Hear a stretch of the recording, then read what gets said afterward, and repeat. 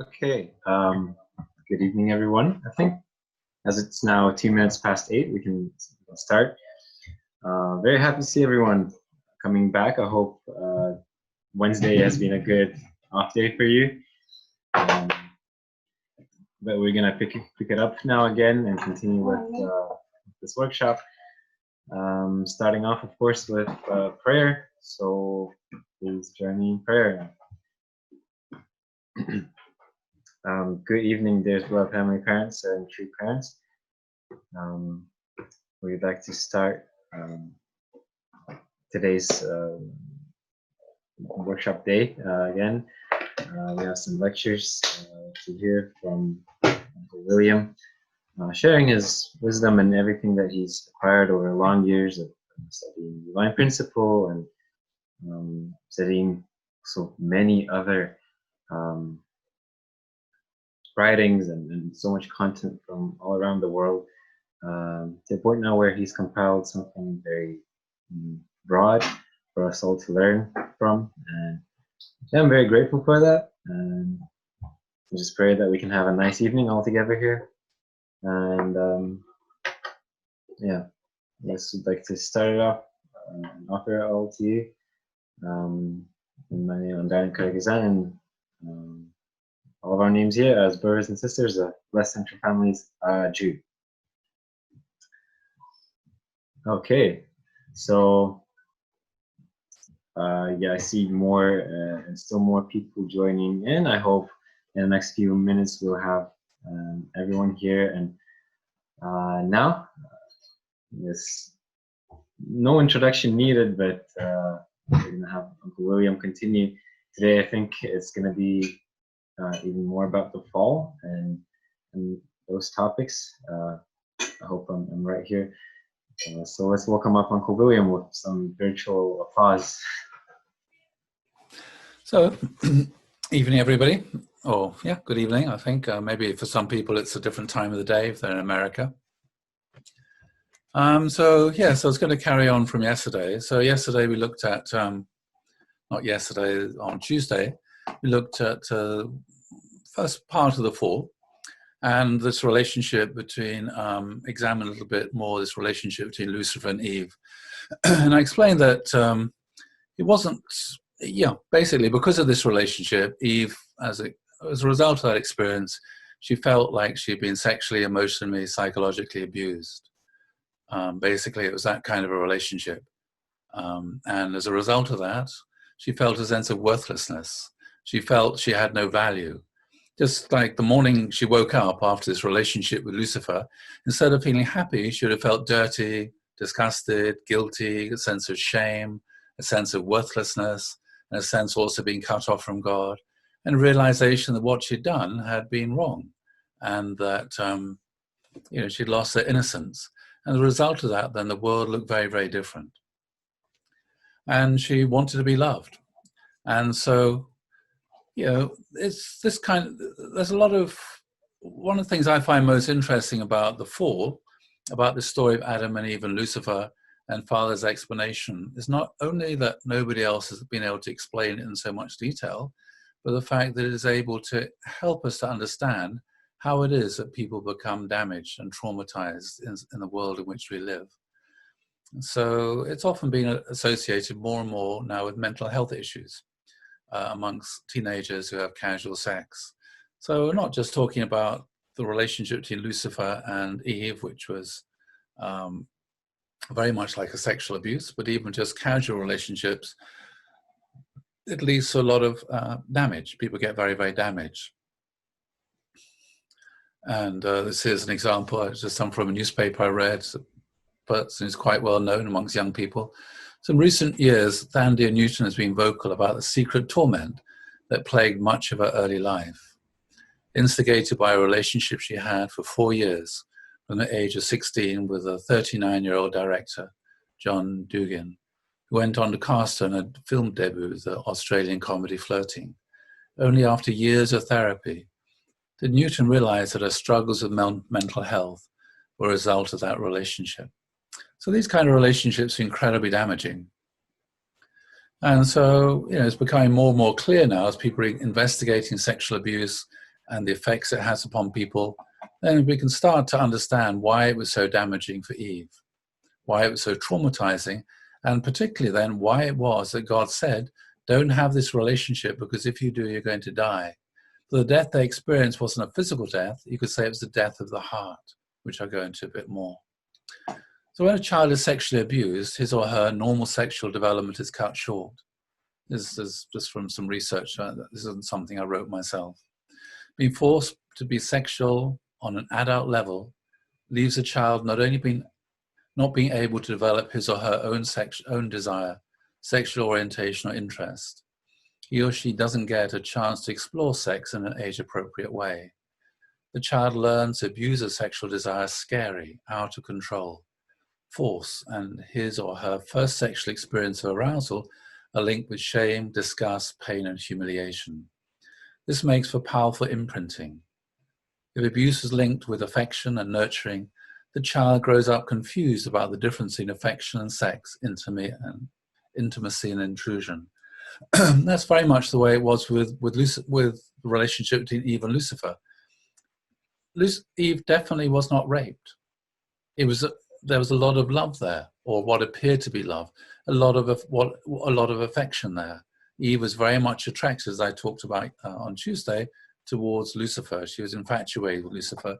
So she became very, very confused about this relationship between that. Yeah. And just as it says here, just like when people engage in this kind of relationship, they feel shame, disgust, pain, and humiliation, which is exactly what Eve felt afterwards. She felt like that as well. And of course, it led to a complete loss in self-esteem, a loss in self-respect. She felt like she had no value, and because of that. But then when children grow up, become adults, it also affects them when they become adults as well. So when they try to have an ordinary sexual relationship with another adult and get married, then it also affects them. In adulthood, this can play out in several different ways. Some survivors choose celibacy or choose partners who don't want sex, because for them sex is associated with all this trauma. Yeah, so they either choose not to have sex anymore, because whenever they try to have a sexual relationship, it awakens in their mind and their heart and their soul all these terrible memories from this imprinting that they had when they were sexually abused. So sometimes they spend many years and a great deal of energy trying to find ways to avoid having sex. Some view sex as dirty or see it as an obligation that they must perform. Survivors may force themselves for years to go through the motions, even though they're numb, absent, or in panic. And again, it's very common when people talk about being sexually abused, they feel like they become numb. Yeah. So even though if they're having a sexual relationship, all the emotions, the feeling, the joy associated with that are all cut off. They've cut off their emotions. They suppress their emotions because the pain is so great. They may think they're frigid or confused about homosexuality. They think, well, maybe I'm not enjoying this relationship with someone of the other sex. Maybe I'm homosexual. And I think that's one of the reasons why sometimes there's some people who drift into homosexuality. Or maybe they just feel that they're dysfunctional altogether because they do not understand they're suffering from the effects of the abuse. They may have had violent or abusive fantasies that arouse them, sorry, I left out a "you" there, but then cause them great shame. So again, sex and shame are often very closely associated together. Other times, a survivor, which of course is what Adam and Eve felt after the fall, they felt ashamed of what they'd done, they hid themselves. So in the Bible it just says shame, but there's a lot more depth to what was going on there in the heart and the mind of Adam and Eve. Other times a survivor may confuse a partner, the person they're married to, with the abuser during sex. So they're having this relationship and then suddenly all these emotions and feelings and memories come back. Yeah, and they feel paralyzed. They want to break off the relationship. Sometimes sex becomes a minefield of painful associations and memories. Other survivors act out or become promiscuous, believing they're only good or love for sex. So sometimes they go around, and again, it's very common for people who are sexually abused to just have sexual relationships with many people, because only through that they feel they have value. It's only through that they feel that they have worth and that they're loved. He or she then fulfills his legacy, sometimes a total disregard for his or her own safety. You can read about these things in newspapers and all kinds of places. It's terrible to read about the reality of when someone goes through this situation, this experience. They feel they cannot say no to sex. They're not having sex with anyone that wants them. And all one can say, one just has to feel incredible compassion for people like this. So sometimes when we think about Adam and Eve, we judge them and accuse them. But one should only just feel compassion, for this, their reality. And then it goes on to, as I said, the next relationship. Eve tempts Adam. And so Eve, after the fall then, she felt very vulnerable. She felt hurt, she felt abused, and also she felt very needy. She felt cut off from God's love. She wanted to be loved, she wanted to be comforted. And so Adam then was still bright and happy and full of joy and radiating love. And so naturally she was attracted towards Adam because she wanted to be comforted. She wanted to receive love and comfort from Adam. At the same time, because she had this relationship with Lucifer, that imprinted on her something about sexuality, that a certain kind of carnal knowledge of which she was not aware beforehand. So she had all this knowledge about sexuality, which she didn't know about before. And so she approached Adam, and she wanted to be comforted by Adam. And so she started touching Adam in certain ways and started to arouse in Adam also feelings and emotions that he never had before. And so he started to respond physically and then started to respond sexually. And then they had a sexual relationship. But really, Eve didn't want a sexual relationship with Adam. She really just wanted to be loved and comforted. But because of the relationship she'd had with Lucifer, that corrupted her understanding of love. And so she drew Adam into that relationship as well. And so the result was both of them then became damaged. And so how does this affect the partner? So again, when, the partners are survivors, so Adam in that sense, Eve was his partner, and he was a partner of someone who experienced sexual abuse, that was Eve. The whole aspect is very frustrating. The partner, the man usually, can wind up feeling like a failure for not being able to give pleasure or express their true feelings to the survivor. Yeah, so the person who's been through sexual abuse isn't free to receive love. And so the partner feels inadequate. They may feel rejected. This is the man, the husband, and it's a loss of what to do about this situation. Their own sexual desires are put on hold. They love the survivor, but they have their own needs. They have needs of their own. It's important to remember that survivor is feeling these feelings because of the abuse they suffered, and it's not the partner is lacking as a lover. It's hard not to take it personally, which I'm sure is what Adam would have done, as what could be more personal than your sex life. However, it's not really your fault. You could be the best lover on the planet, and that would only serve to make the survivor more confused, more guilt-ridden. Survivors feel a tremendous sense of guilt for not being sexually available for their partners, for not enjoying sex the way that they wish they could. The survivor probably loves you very much, but it's just too scary to feel this with his or her body too. In fact, the fact they're willing to stay in the relationship and have to deal with this sexual issue every day is proof the survivor must care for you a great deal. It takes a great toll on someone to try and avoid sex, make excuses, panic at being touched at night, have all these feelings continually brought up. Well, that's the reality. And so, there are steps towards healing. So when a survivor starts being honest about his or her feelings with the partner might feel shocked, angry, bewildered, especially if the survivor seems to enjoy sex before.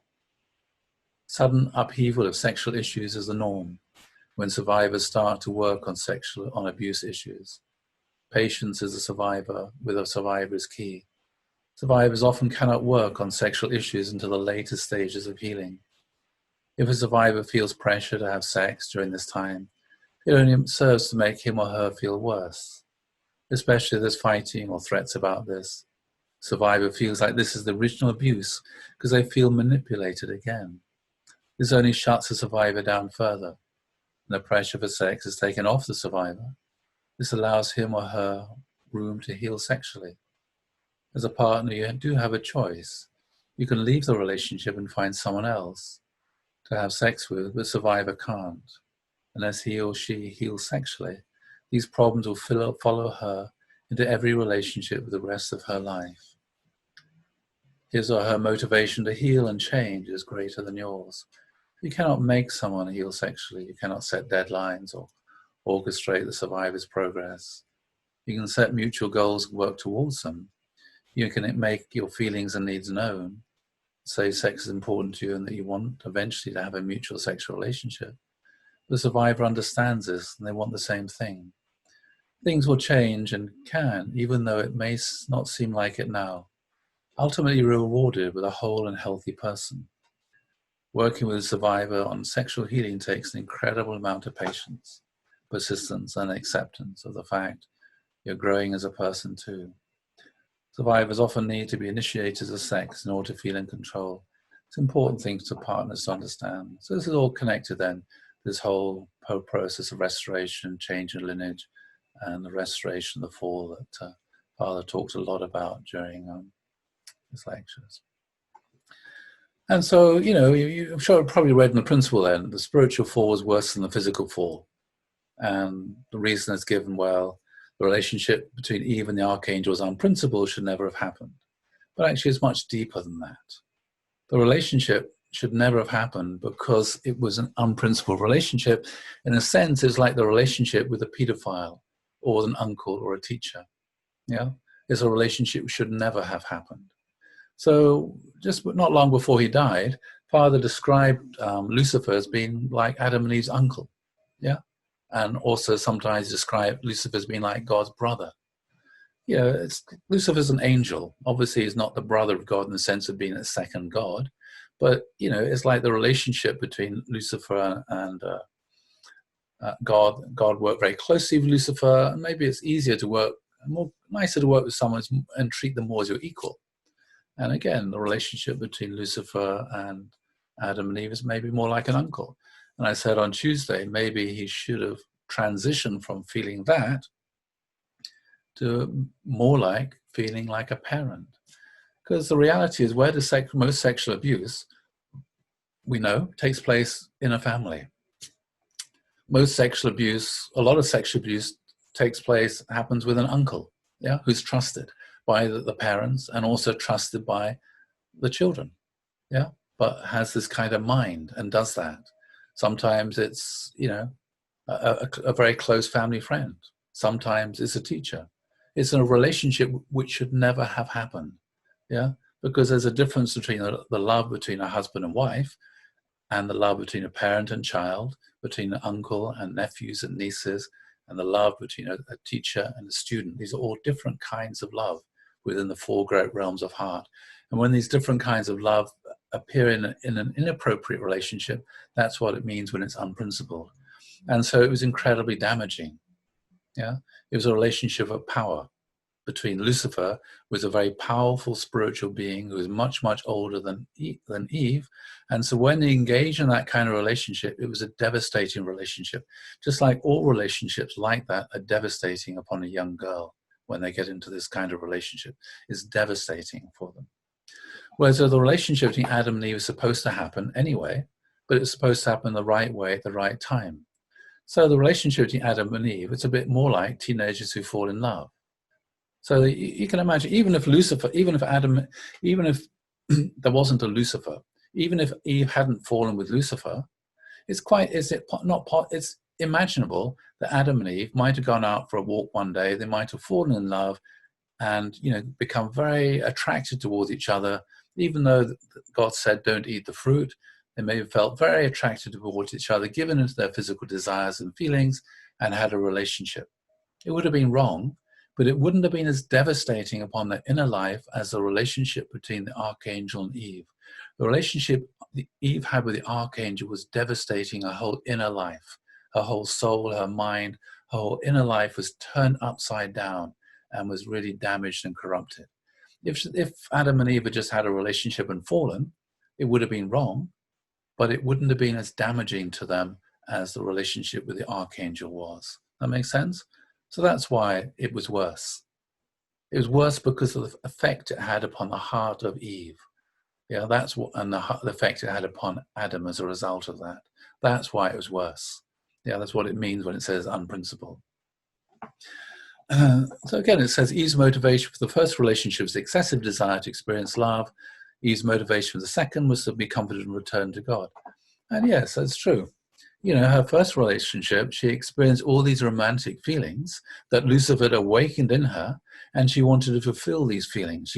She gave into these physical feelings, which she felt, which are very nice when you start falling in love with somebody, when you're infatuated with someone, you get all kinds of warm feelings and everything.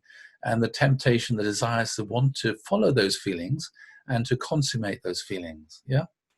And that's what she wanted to do. But the second one, she was looking for comfort from Adam, different kind of motivation, yeah, as part of recognition that what she'd done was wrong and wanting to return to God. So that's why there's that kind of difference. And it was really, you know, devastating. So, you know, sometimes people think, well, you know, how can it be so devastating? I remember when I was at university, I had a very close friend. He was a year older than me. And he had a girlfriend, and he used to share a house with his girlfriend. They used to have a room together. And he used to talk about it and, you know, ask me what I thought about it. And I said what I thought. Anyway, so he's a very good friend. Anyway, so he lived with his girlfriend for 2 years, the second and third year at university. And then just towards the end of the third year, just before exams for graduation, then he asked her, well, what are you planning to do next year?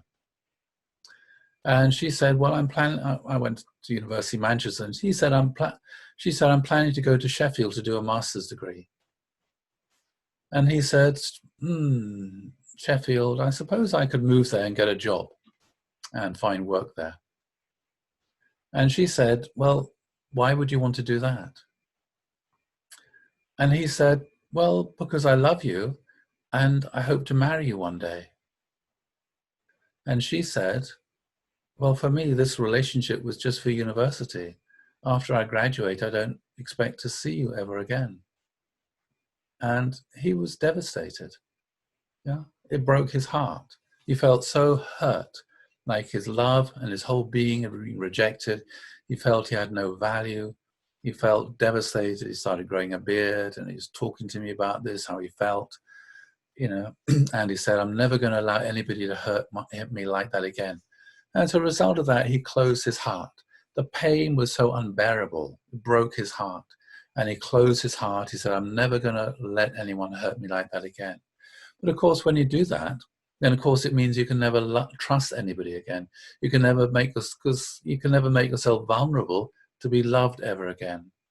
Yeah, you can never experience love ever again. Become numb. And he was talking. You know, he met for several weeks, and he said, you know, what I'm going to do. He said, I'm going to find a girl, and I'm going to develop a relationship with her. Then I'm going to dump her, just the way I was dumped. Yeah, it's like a feeling of revenge, a desire to have revenge. And I talked to him about this. I don't think he ever did that. He was at the end of the day, he was too kind and too good a person. But that was the way he was thinking. And the reality is that is the way some people behave.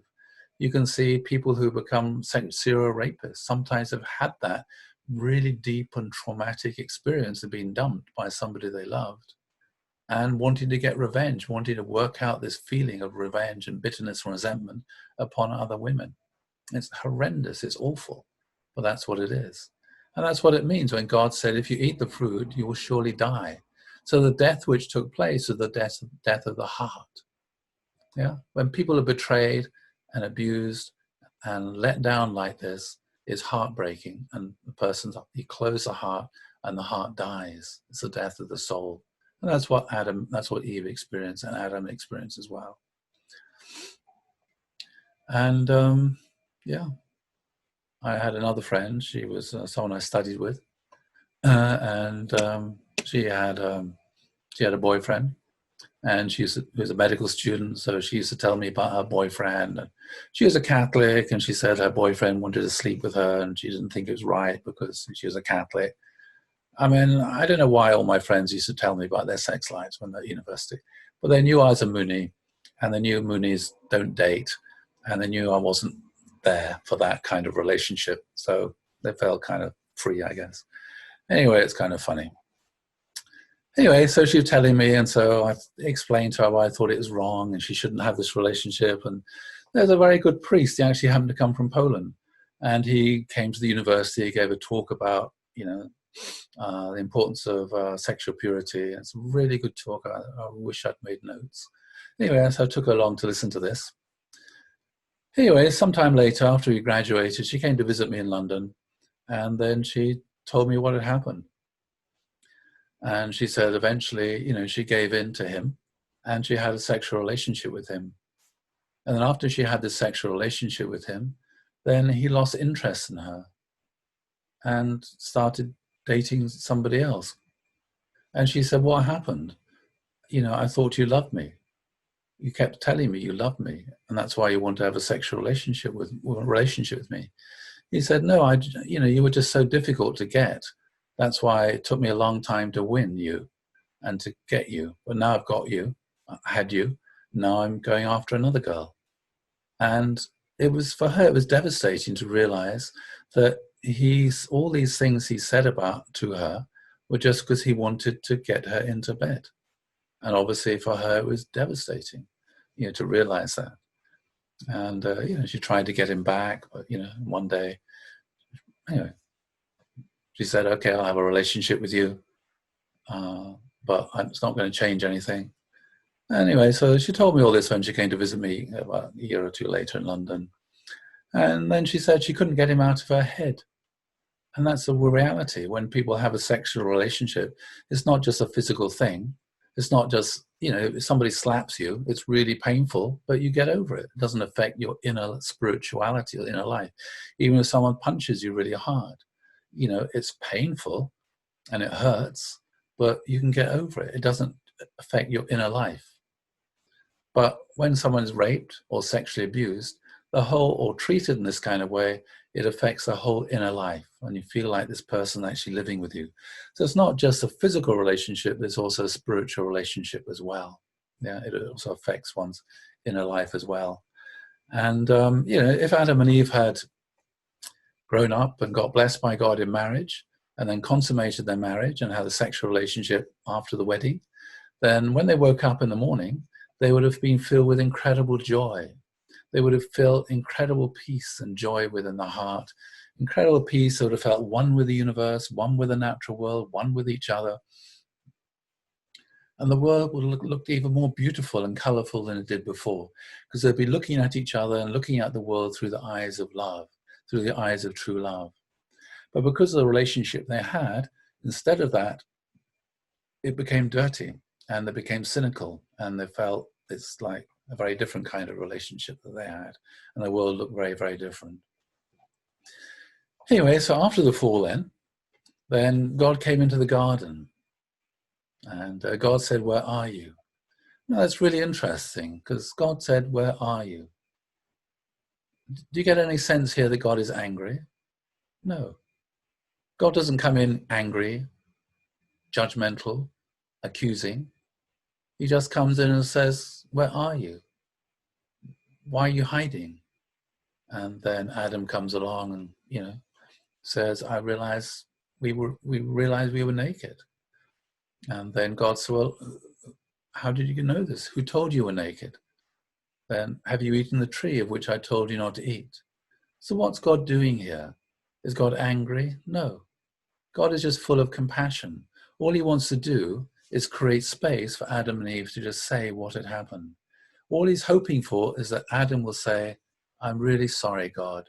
You told me not to eat of the fruit, and I ate it. I'm really sorry. Please forgive me. Now, if Adam had responded like that and said, I ate the fruit, I had a relationship, you told me not to, I'm really sorry, please forgive me, what would God have done? God would have forgiven Adam straight away. straight away God would have forgiven Adam, and Adam would have been able to experience God's healing love and grace, and could have started on a course of restoration. Yeah, they could have started on a course of restoration of their purity and their innocence. But instead of taking responsibility for what he did, instead of saying, yes, I did it, I'm really sorry, Adam said, the woman who you gave to be with me, she gave me the fruit of the tree and I ate. In other words, Adam blamed Eve. He said, I'm the victim. It's not my fault. Don't blame me. It's the woman, Eve. It's her fault. And not only because she gave me the fruit, and it's also your fault because you gave her to me. Yeah? So it's your fault as well. So this is where this, easy thing comes from, when people blame somebody else for their own mistake, and also they blame God. Yeah. So Adam says, I'm the victim. I'm not responsible. Eve is, and you are. So God said to Eve, Eve, what happened? And God was hoping Eve would say, I'm so sorry, God. I'm really sorry. You told us not to eat the fruit. I'm really sorry I ate it. Please forgive me. So if Eve had said that, God immediately would have forgiven Eve on the spot. And then straight away, Eve could have been reconciled with God. She could have started to experience God's healing grace and forgiveness and come into the realm of God's love again. And also she could have started the course of restoration. Yeah. Of course, there would be a course of restoration, a course of healing, which is what they needed. Adam and Eve were both damaged. They both needed to be healed. That's what restoration is. It's about the course of healing. And they both need to be healed. But they need to be healed by coming to the realm of God's love and experiencing God's grace and God's forgiveness. But they could only do that if they were to take responsibility for what they'd done. But both of them turned away from God. They refused to take responsibility. Adam blamed Eve, and Eve blamed Lucifer. And so how did Lucifer become the ruler over humankind? We made Lucifer the ruler. Yeah? He didn't seize power in a coup. Adam and Eve made him their master by acknowledging that he was their master because he controls them. Yeah? Adam said, Eve controls me. Eve said, Lucifer controls me. Therefore, I'm not responsible. Don't hold me responsible. It's this idea of blame. And we looked at the story of the Greeks, this idea of the gods control everything. Human beings are not responsible. It's all predestined or determined by fate. That was what's going on there. The basis of this Greek myths is that story. Yeah, I'm not responsible. Blame the gods. Yes, it's not. Don't blame me. It's the gods. They put this feeling into my heart, and that's why I did this. They put these thoughts into my head. That's why I did it. Yeah, that's the whole basis of the Greek mythology, which we looked at on Monday. Yeah, and that's also the basis of what's going on in the world today. People claiming to be victims. I'm a victim. Yeah, victimhood mentality. And so along with this comes a denial of responsibility, denial of position, the loss of freedom. So as we know from the principles, no freedom without responsibility. You deny responsibility, you deny that you're a free person, and so you lose your freedom. You hand your responsibility for your life over to somebody else. You're handing over freedom to make your own decisions as well. You're no longer a free person. That's the way it works in one's own personal life, but it's also the way it works politically as well, in terms of political structures and systems. And so, it's very easy to do that. So this is something I came across recently. I've been reading this book. It's by someone called Edith Eger. She was, she's a Holocaust survivor. She died very, very recently. And I think she was from Poland, as far as I remember. Anyway, so she was rounded up, lost all her family, ended up in Auschwitz. And then afterwards, she became a psychotherapist. And then she wrote a book. So this is what she wrote about this, victimization and victimhood. We're all likely to be victimized in some way in the course of our lives. At some point, we'll suffer some kind of affliction or calamity or abuse caused by the circumstances or people or institutions over which we have little or no control. This is life. And this is victimization. It comes from the outside. Just like the Buddha said, life is suffering. Just accept it. Life is suffering. That's the way it is. You might get teased because you got ginger hair. You might be, you know, you may be mocked and made fun of because you're fat, or because you're thin, or because you're tall, or because you're short, or because you're dyslexic, or because you're too intelligent and nerdy, or you're not intelligent enough. Life is like that. Everybody at some point gets teased or bullied or victimized. Life is like that. Life is suffering. That's the way it is. Depends upon our race, maybe because of our race, because of our nationality, because of our religion, you might get persecuted. That's the way it is. People are victimized. We're all likely to be victimized at some point in our life, some more than others. In contrast, and she, you know, going through what she went through, the hell that she went through extreme victimization. Yeah. And it's very easy to become trapped in that. So she said, in contrast, victimhood comes from the inside. No one can make you a victim but you. We become victims not because of what happens to us, but because when we choose to hold on to our victimization, we develop a victim's mind, a way of thinking and being that is rigid, blaming, pessimistic, stuck in the past, unforgiving, punitive, and without healthy limits or boundaries. Yeah, full of resentment, unable to move forward, unable to forgive, just stuck with the same thoughts, you know, running around in one's head day after day, week after week, year after year, decade after decade, century after century. See it in ethnic, religious, and racial groups, the sense of victimhood. Yeah. Oh, the reason why it is the way it is today is because what happened to our ancestors 10, 100, 1,000 years ago. It's not our fault that and we should be, you know, something should be done to, you know, to recompense our situation, our reality. And you can see this is sweeping the world today, this sense of victimhood. And it comes from a particular mythology. It comes from a particular place. It doesn't come from the biblical tradition, but with the decline of the biblical tradition, with the decline in Christianity, with the decline in this myth of Adam and Eve and the sense of freedom and responsibility, comes a replacement with a different kind of mythology from a different spiritual space. Yeah, this sort of Greek mythology I was talking about. With decline in Christianity, the Hebraic tradition, comes the rise of Hellenistic tradition based upon resentment, blaming, fate, that kind of way of thinking without healthy limits or boundaries. And you can see it going on today. Yeah, in many societies it's going on. It's leading to terrible things. Identity politics and all that is rooted in this spiritual space. So she says, and just remember where she came from, I've learned not to look for happiness because that is external. You were born with love and you were born with joy. That's inside. It's always there. And you look at any baby, what do? When they're not crying, of course. They're smiling. They're giggling. They're gurgling. They're laughing.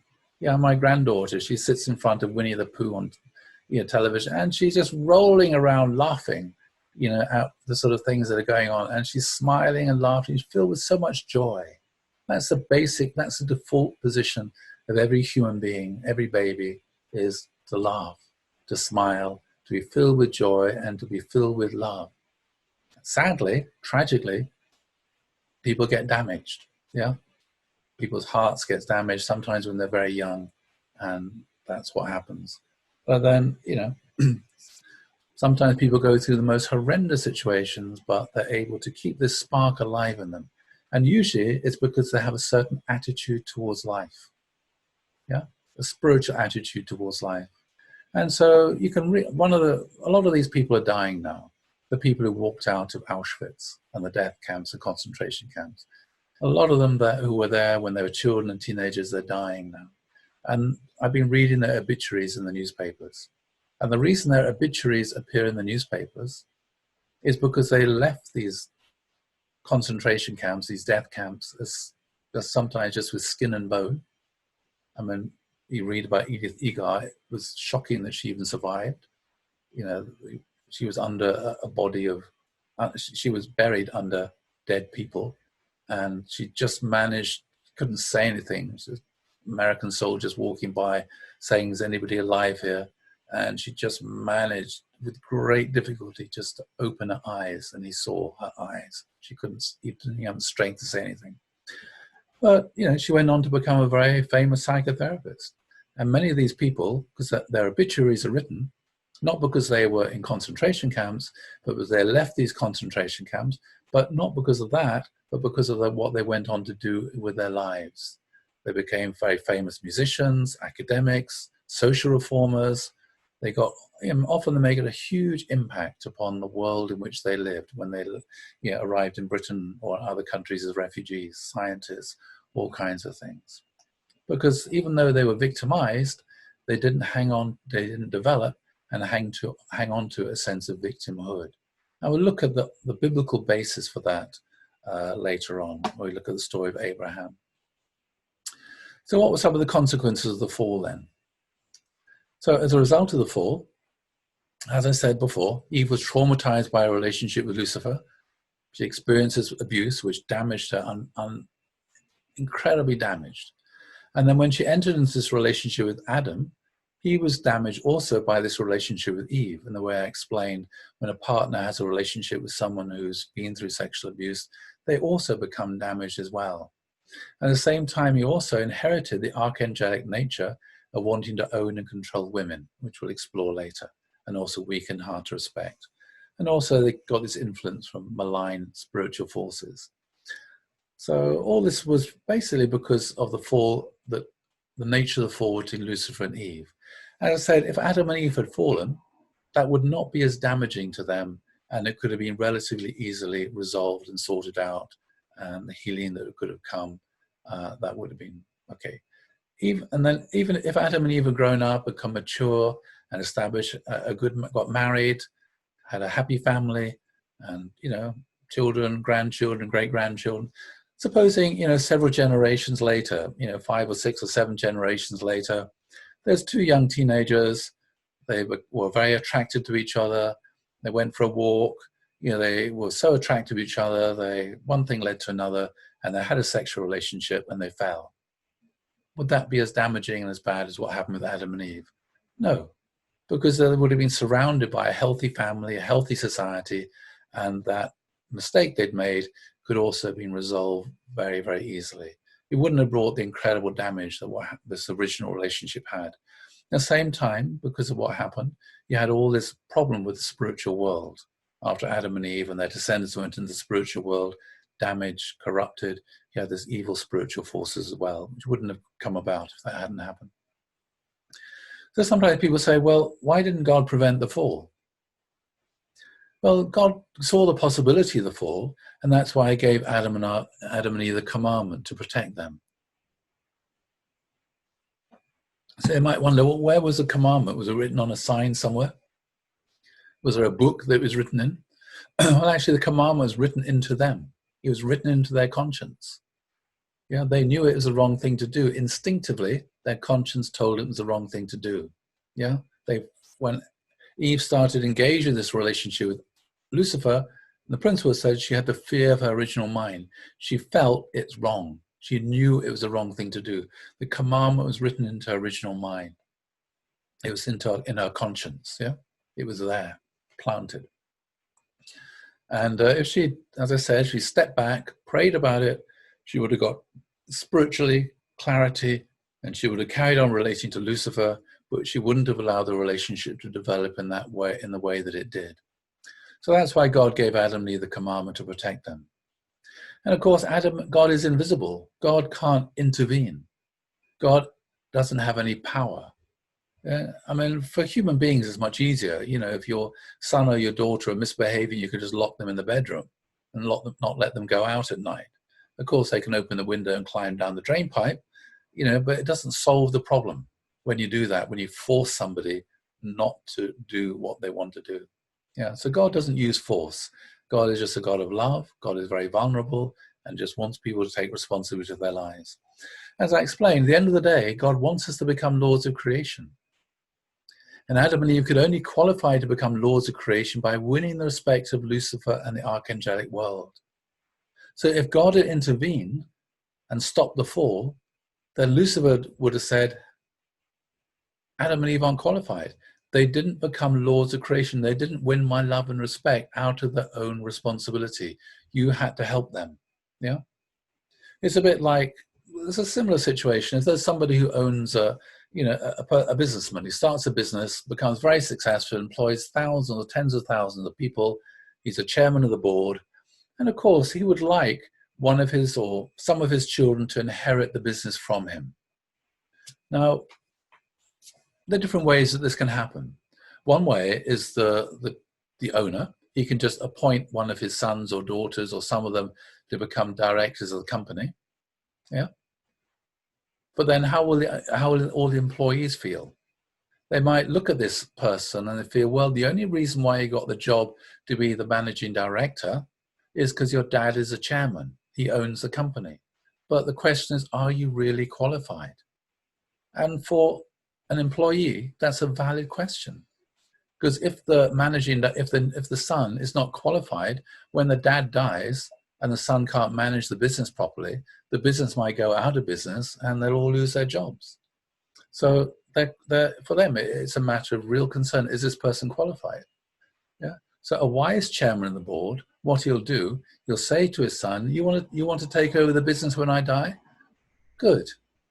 Start delivering the tea to the people on the factory floor.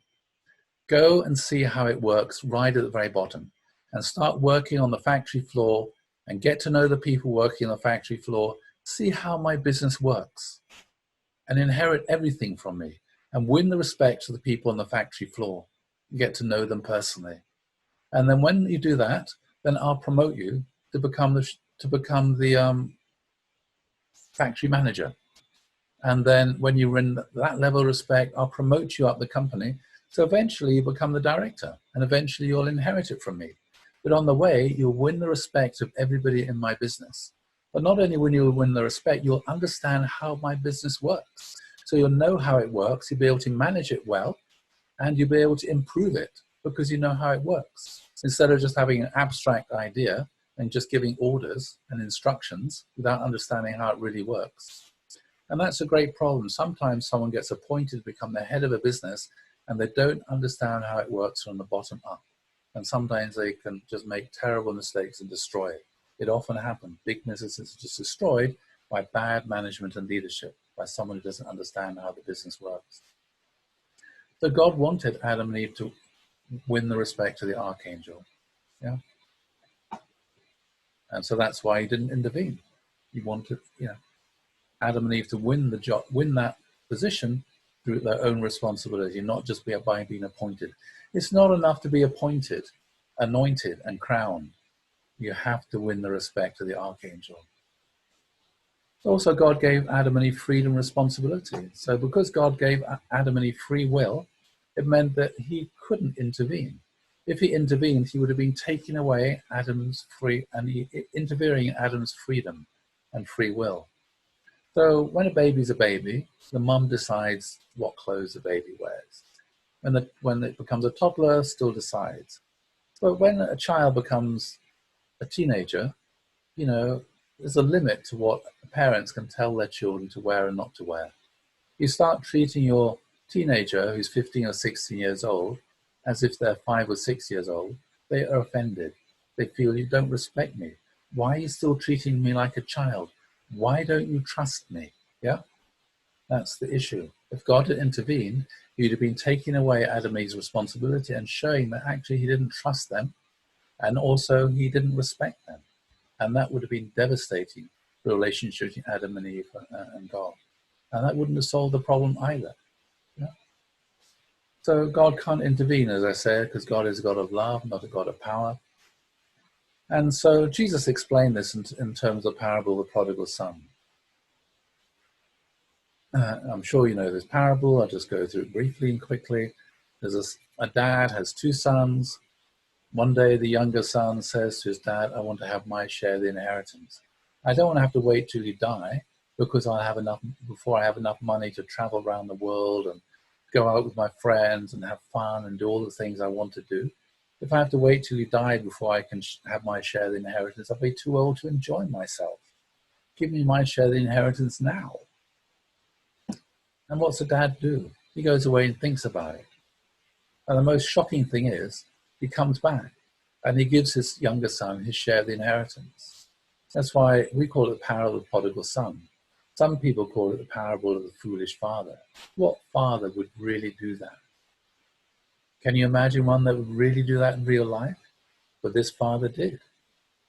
And the son went off. And it says in the Bible, he went off and he went and he spent the money getting drunk with his friends and visiting prostitutes and having a wild time. And eventually the money ran out. And suddenly he had no friends. He had no money, no job. No money came out of the ATM. And so he got a job feeding pigs. And he started to reflect and realize, the pigs are eating better food than me.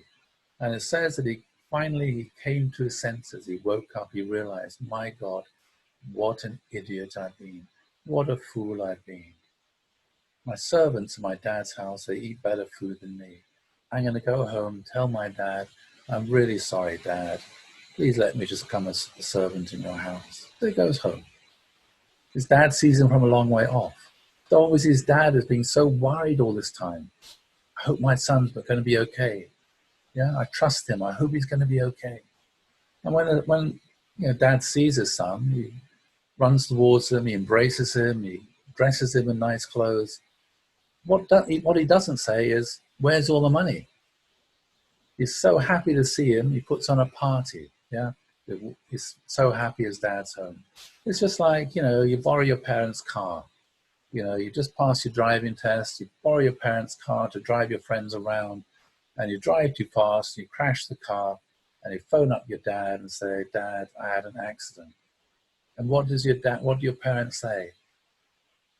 They don't say, is the car okay? They say, are you okay? Yes? That's the reality of parental love. You can easily buy a new car, you can't get a new child. And so that's it. And so, of course, the son came home and said, I'm being sorry, what I'd done, I'd been a real fool. But now you can imagine the father and son would be reconciled at a very deep level. So the dad thought, if I say no to my son, he will stay at home, he'll dig the potatoes, he'll collect the apples, but all the time his mind will be somewhere else. All the time he'll be having breakfast, lunch and dinner with me, but the atmosphere at the table will be cold because he won't want to be here. He'll only be here because he has to be here, because he has no choice. And so the dad thought, I don't want to live with a son who feels like that. So I'm going to take a risk and give him his share of the inheritance. Well, and so he goes off and he comes back, and then after that you can imagine the depth of love between the father and the son, and after that reconciliation. So that's what Jesus is saying. That's why God allowed Adam and Eve to make this mistake, because he realized if he intervened, it would damage that relationship. Yeah, but he had no idea that Adam and Eve wouldn't just say, "I made a mistake," and be reconciled. That was far from God's imagination, I'm sure. But God trusts us, God respects us, and God has more faith in us, you could say, than we have in ourselves, that we will just come to our senses and come back home. We're looking at the consequence of the fall. And so God's heart was broken, which, fathers elaborated in a huge amount of detail how God was broken-hearted when the fall took place. So you can imagine then God lost the object of his love, the very purpose for which he created the universe. And the reality is, the more you love, the more grief-stricken you feel. If you really love somebody very, very deeply, when they die, you're grief-stricken. You're broken-hearted. Yes? Whereas if there's somebody you love very, very much, who happens to be a celebrity, you may cry and mope, but you get over it quite quickly. It doesn't touch you very, very deeply.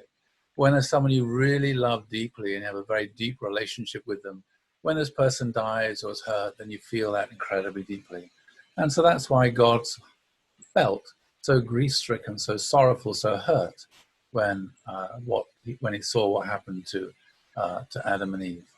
And he experienced being betrayed by Lucifer. He trusted Lucifer to look after and to bring up his children. and to take that responsibility. As I said at the beginning, God said to the angels, "Let us create man in our image and likeness." In other words, he wanted the archangels to participate in this and to take responsibility. Yeah, but he felt, and he was betrayed by them. And so, when God saw what was happening, it was heartbreaking for him, to see what was happening to his children.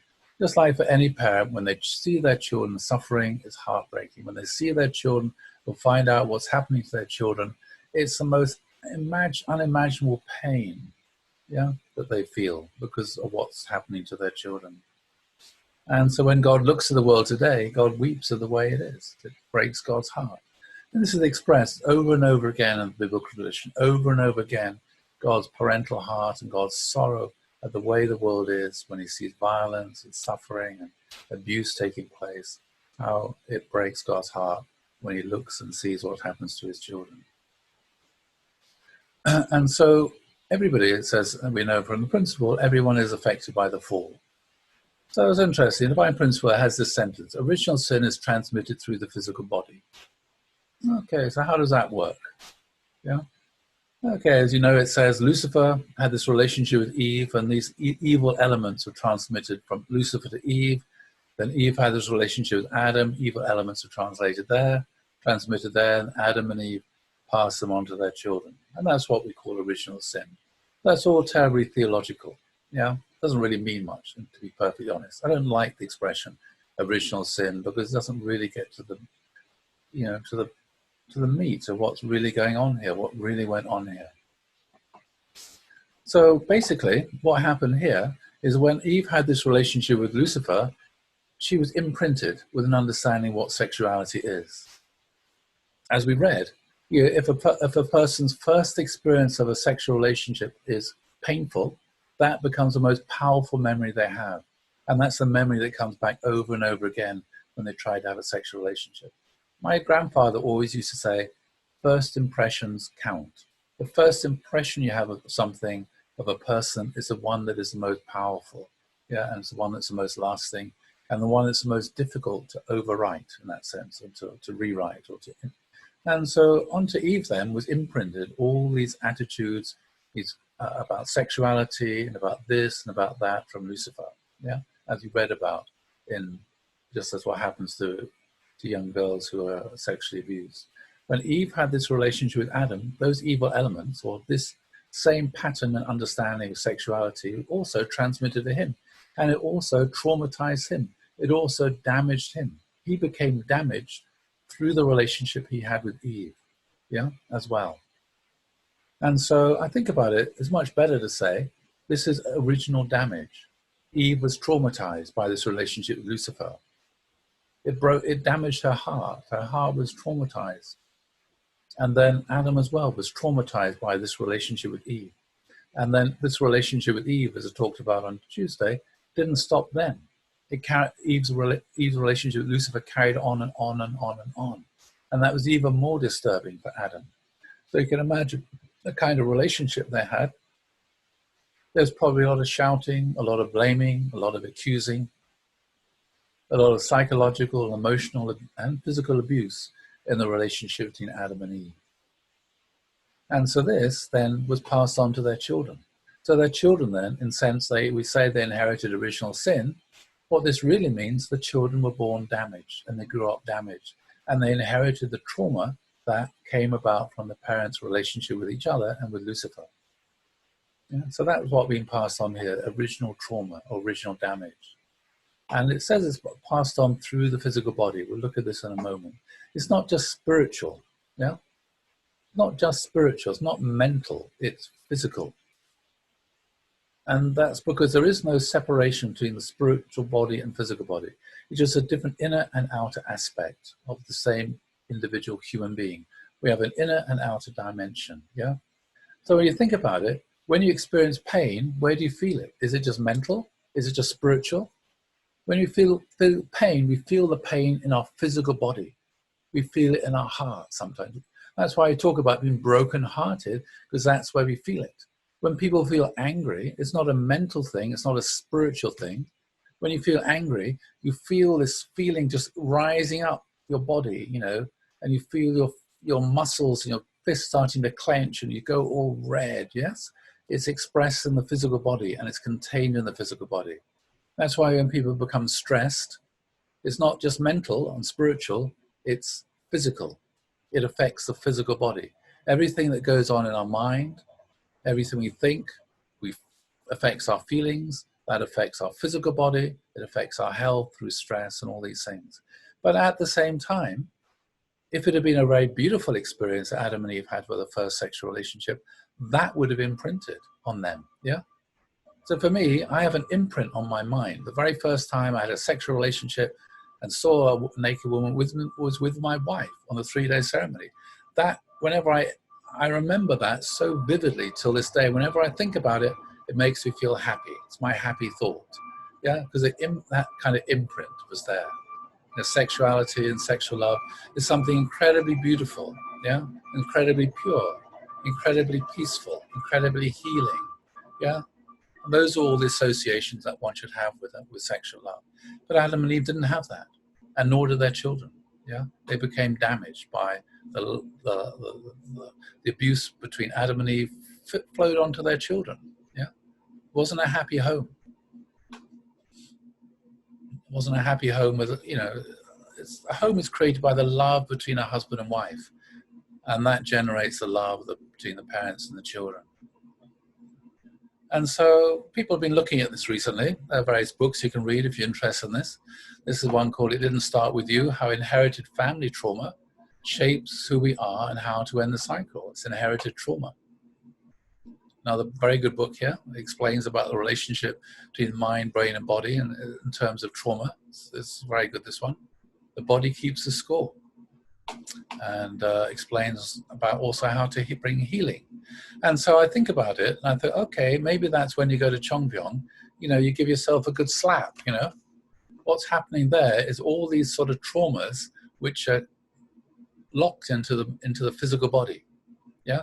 And I think through all this slapping that people do at Chongpyong, it's a way releasing evil spirits or releasing traumas. If at the same time there's prayer and repentance and all these things going on, I think it's connected to physical, spiritual, mental healing, yeah, and getting rid of and resolving these kind of traumas. It's obviously not enough just to slap yourself. It also requires lots of inner work going on at the same time, but they go together. Yeah, that's the point. They go together. And so there is, I would say, you know, scientific or medical basis for the things that go on there at Chongpyong. This is an interesting little video I'll show you here, which is, again, some university scientists talking about this sort of thing.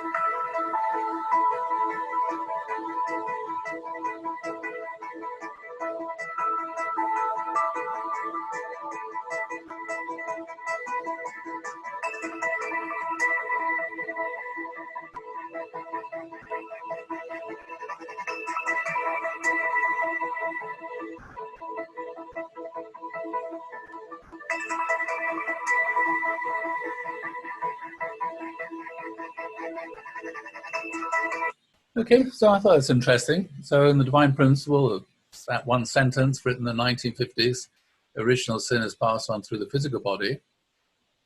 Okay, nowadays, you know, recently, okay, that's what it means. It's passed on in some sense through the genetic material, such as good things and trauma. All these things are passed on from generation to generation, not just spiritually or mentally, but actually through our physical body. Yeah. So that's what a lot of this is that we're talking about. It's about that. Talk about purification of the lineage. It's about lots more than what we can imagine. And there's a scientific basis for a lot of these things, which are written in the principle. And so what happened at the fall? Well, all the relationships of the four great realms of heart were corrupted and distorted.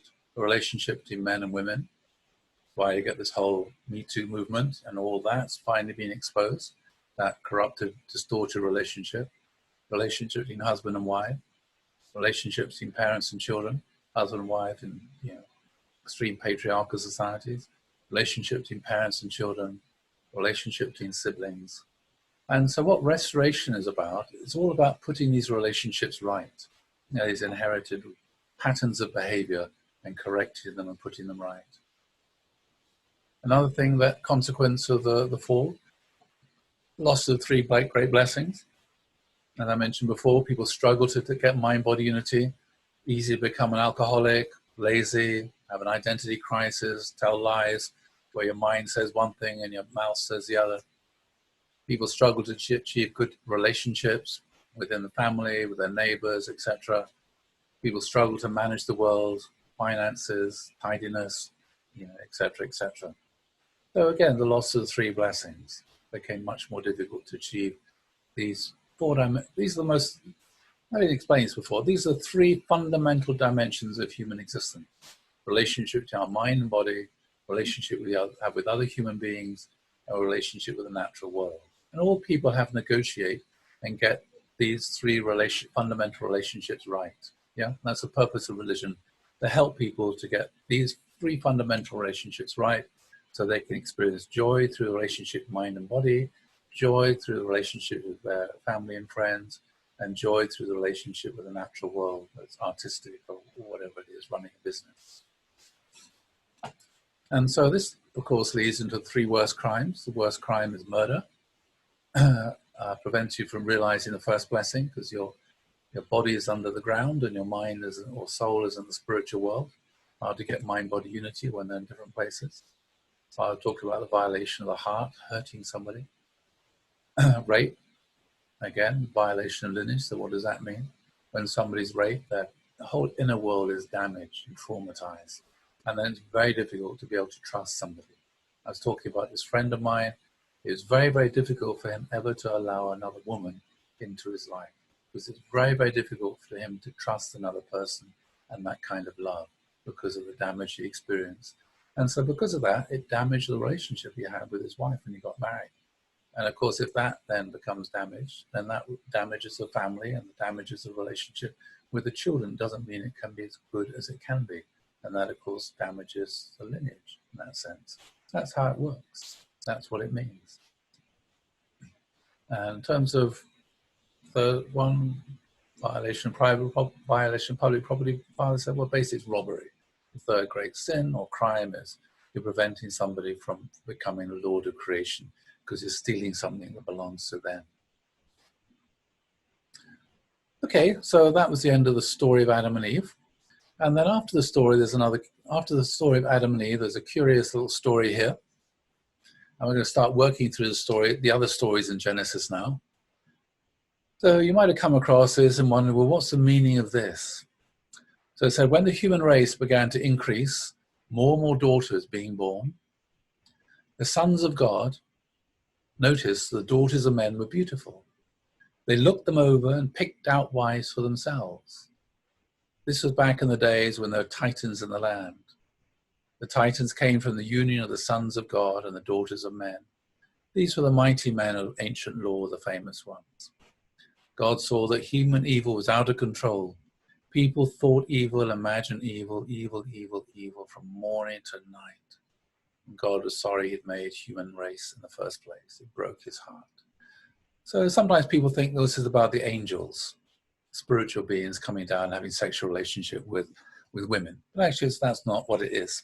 When you unpack it and you go back to the Hebrew, when it talks here about the sons of God, if you go back to the Hebrew here, it means the sons of the judges or the sons of the rulers. So who are these? Well, the rulers, the kings, were thought themselves and were treated as gods. So the Pharaoh was God. Emperor Caesar was God. The ruler of cities were gods. They were the rulers, okay? So what it's talking about here, the more and more the daughters were being born, so more and more women were being born, then the sons of the rulers, yeah, their dad ran the city, or he ran the country, or he ran the empire. They were the sons of the rulers. They noticed the daughters of men were beautiful, so they went into town and they saw all these pretty young girls running around.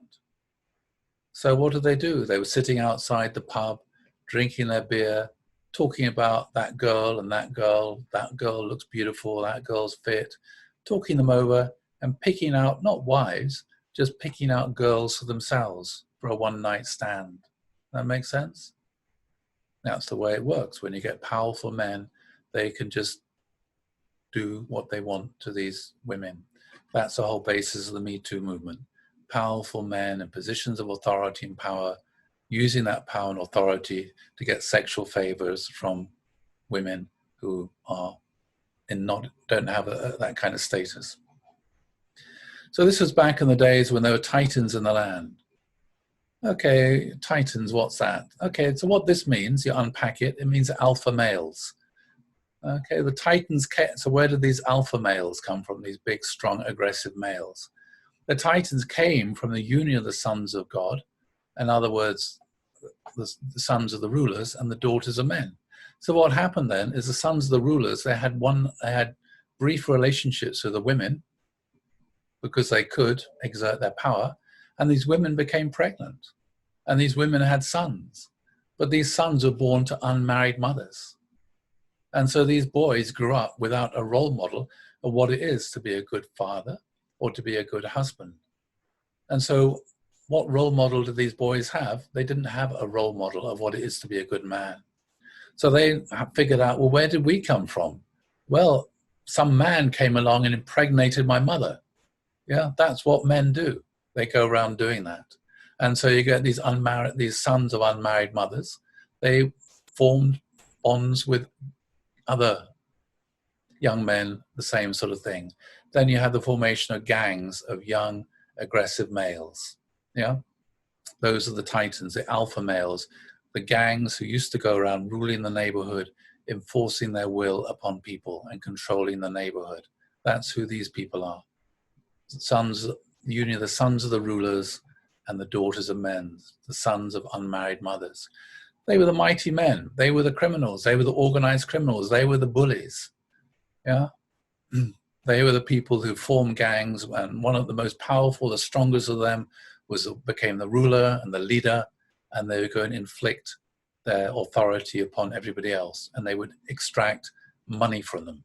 It's an organized crime network. And if you actually look back to the origins of kings in almost every country in the world, That is the origin of kings. That's the person who's the most strong, the most powerful, the most aggressive, becomes a leader of a gang, and he becomes the ruler. That's the way it was in England. The person who did that was called William the Conqueror. He was a gang leader from Normandy.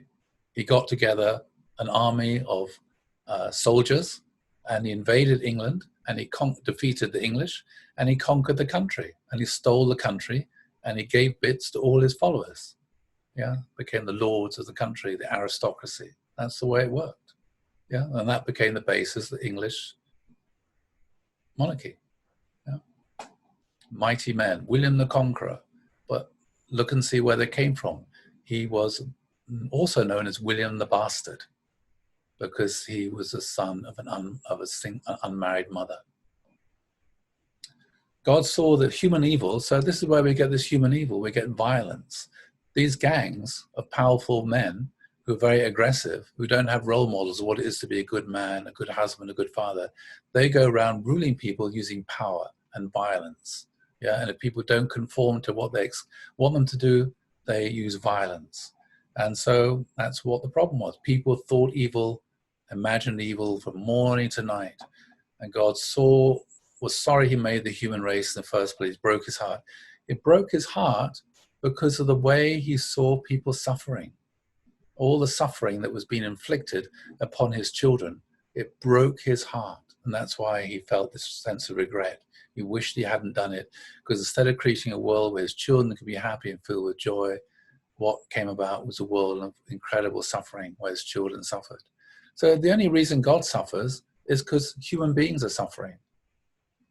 And God experiences the suffering every single human being as his own suffering, just like a parent experiences the suffering of their children as their suffering.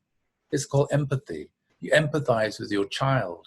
You empathize with someone you love. You feel their suffering as your own. So all the suffering in the world, that's why God suffers and is brokenhearted, because he feels the suffering of every single human being in the world, because each single human being is his child. Yeah, it's not a self-centered suffering that he feels angry that he's being rejected or anything like that. Nothing to do with that at all.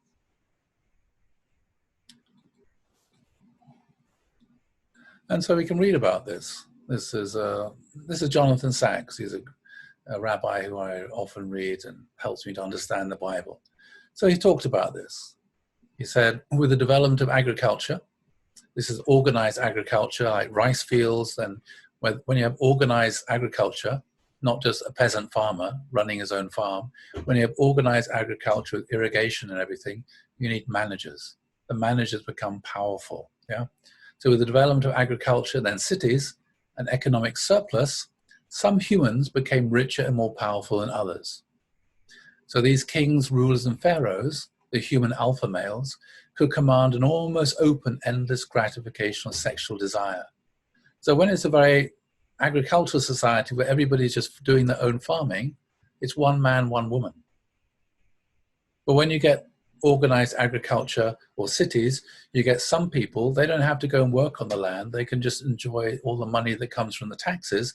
So they have the power to have as many women as they like. And women often are attracted to power. They're attracted to someone who's wealthy. They're attracted to somebody who can provide them with a life of luxury. Yeah? So you got an almost open-ended gratification of sexual desire. So polygamy became possible for a minority of males. Harems made their appearance. Yeah? One man, 5, 10, 15, 100 wives. Abraham and Isaac were afraid of being killed for their wives. So that was the reality of the world where Abraham and Isaac lived. That's why they told lies. Yeah, because they realized, it's that kind of a world they were living in to protect their lives and their lives. So the central message of Genesis, says Jonathan Sacks, is the traditional Jewish understanding of this story in Genesis. The central message, not just of Adam and Eve, the whole of Genesis. The central message of Genesis is that sexual anomie or sexual chaos or confusion, the unfettered play of Darwinian forces, which is power, might, strength, and alpha males, might survive with the fittest, the strongest, the one who wins, leads to a society marked by widespread violence. Such behavior privileges some people against others. There's some people get 20 wives and some people have nobody. It turns women into instruments of male desire. It places power, not love, at the heart of human relationships. It treats women as objects rather than as subjects, with equal dignity and integrity. It divorces sex from compassion and concern. It dishonors the most intimate human bond, the one in which we're most like God himself, the love that brings new life into the world. So we think that what Father's teaching is new, but what Father's teaching is a new expression of the old truth, which is the core of the rabbinic Jewish understanding of Genesis about this. It's through the love between a husband and wife that we become most like God. And that's right there in the beginning, Genesis 1 and 2. So it's very clear then, the consequences of the fall are the creation of violent societies where men fight over women. One of the major causes of fighting and murder is the struggle for a woman. Yeah, you can read it in Shakespeare, you just read the newspapers, it happens over and over again. This is another one. Marriage and civilization, how monogamy made us human. In almost all species, males spend most of their time fighting among themselves for access to females. So you see this with deer. The beginning of the rutting season, spring, yeah, all the stags fight. They lock horns to see which is the strongest, yeah? And they fight, and the one who's the strongest male, he's the one who's able to have sex with all the female deer, yeah? And of course, all the female deer, they want to have sex with the strongest stag because they want the best genes. The best genes are the ones for the male deer that's able to dominate all the other ones. Yeah, so that they go along with that. The unique social contract, but of course it means there's continuous violence. Yeah, violence, because basically there's only one man, one woman. So if you're going to have if a man's going to have more than one wife, then there's going to be a shortage, scarcity. When you get scarcity, you get violence, fighting over this scarcity. The unique social contract of monogamy, which again is chapter 2 in the Bible. Unique social contract of monogamy, a male for every female, a female for every male, lowers the temperature of sexual competition, yeah, and frees its members to work together in cooperation because they're no longer competing with each other over a woman. They're now satisfied at home with their husband and with their wife, and so free to cooperate with all that, without all that other tension and dimension going on. It is at this juncture that human societies, even human civilization, are born. Yeah, that's when human society and culture and civilization are born at that point. Okay, so when we think about the fall then, what needs to be restored? Well, the relationship between Archangel and Adam needs to be restored. The relationship between Archangel and Eve needs to be restored. The relationship between Adam and Eve needs to be restored. The relationship between parents and children needs to be restored. What was the relationship like between Adam and Eve and Cain and Abel? Not so good. And so these are all archetypal relationships. We all have these kind of relationships ourselves. Yeah, relationship between two men, relationship between a man and a woman, a different kind of relationship between a man and a woman in marriage, relationship between parents and children. We're all involved in these kind of relationships, and all of them need to be resolved and restored so they, work in the proper way. So if we think about the relationship between Archangel and Adam, I was just going to go through this briefly, and then tomorrow I'll start going through the stories in much more detail. Okay. So first of all, the relationship between the Archangel and Adam. So Adam needed to win the respect of the Archangel to become the Lord of creation. He didn't do that. Yeah, because Adam and Eve fell, Lucifer says to God, why should I respect them? I was just doing quality control. I was tempting them to see if they would overcome my temptation. If they could overcome my temptation, naturally I would respect them and they become my lords. Yes? But I tested them, they're not good enough. Yeah, that's the Archangel's attitude. Not my fault. They shouldn't have given in to the temptation. And that's a very common thing to do. You know, if you're in an army, for example, if you're a soldier, you're in a small little group of, I don't know how small they are, maybe 10 people, you know, and you have an officer who's in charge. You know that when you go into battle, your life depends upon that officer and and not only that officer, but upon everybody. You realize your life depends upon him making good decisions. So when there's, you know, a little band of soldiers and the officer is replaced, then all the soldiers, they start talking to each other. Is he good enough? Is he really qualified to lead? Would I trust him with my life? Yeah. And so what they do is they test him. They test him and to see how he reacts, how he responds. And in the army, people are put through, you know, a group of soldiers with an officer are put through all kinds of testing situations where they can learn to trust each other and they can see whether or not this commanding officer is worthy of trust. Yeah. So for Lucifer, he says, well, if Adam and Eve are going to be in charge, I'm going to test them to see if they're really qualified, if I can trust them. And so Lucifer says, no, they weren't qualified. No reason why I should trust them. Yeah. So restoration then means restoring that, winning the respect. And that can't be done by force. Not by force. It has to be done naturally, to win the respect, love and respect. So this happened, passed on to the next generation. Abel then, who's in the position of Adam, needs to restore the birthright, which is like become the Lord of creation. Yeah. Lucifer had the birthright. He ran the show for zillions of years. He was in charge of everything. He had the birthright in that sense. Adam had to win the birthright to become Lord of creation, to win the archangel's respect. So Abel, the position of Adam, needs to restore the birthright by winning the respect of Cain, his elder brother, who's in the position of the archangel, and then become the elder brother, the head of the family. So normally when the parents die, the elder brother becomes the head of the family. Okay? But for Abel to become the head of the family, then he needed to win the birthright from his older brother, just like Adam and Eve needed to win it from the archangel. And this, as we know from the history, takes many, many attempts. It's not easy to do this.